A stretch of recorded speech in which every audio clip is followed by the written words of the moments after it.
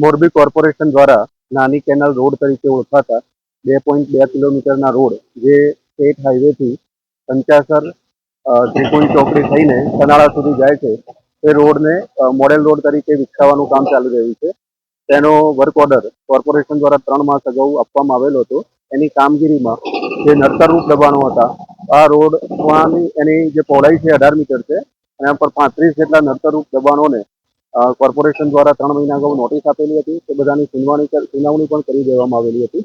જે લોકોએ સ્વેચ્છાએ તોડવાની કામગીરી ચાલુ કરેલી હતી, પરંતુ હજુ પણ કેટલાક લોકો દ્વારા આ દબાણો દૂર કરવામાં આવેલા નથી. એવી 3 મિલકતો આઈડેન્ટિફાઈ કરેલી છે, જેનું ડિમોલિશન આજે કરવામાં આવશે.